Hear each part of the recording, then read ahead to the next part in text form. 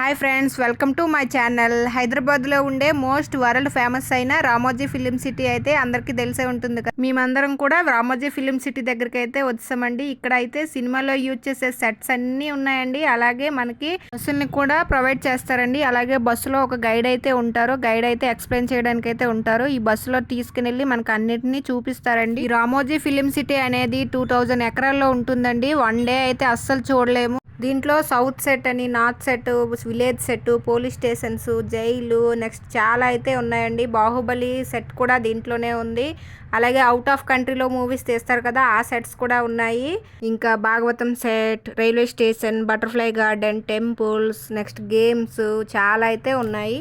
దీని టైమింగ్ వచ్చి మార్నింగ్ 9:30 నుండి ఈవినింగ్ 6:30 వరకు అయితే ఉంటుందండి. 6:30కి క్లోజింగ్ టైం అనమాట. అలాగే మేము ఫుల్ డే అయితే తిరిగాము.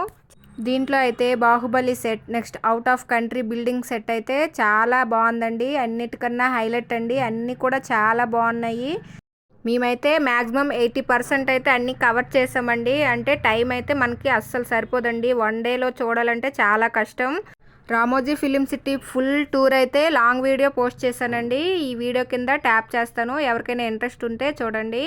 అలాగే ఈ వీడియో కనుక మీకు నచ్చినట్టయితే లైక్ చేయండి, సబ్స్క్రైబ్ కూడా చేసుకోండి. Thank you for watching. Bye bye.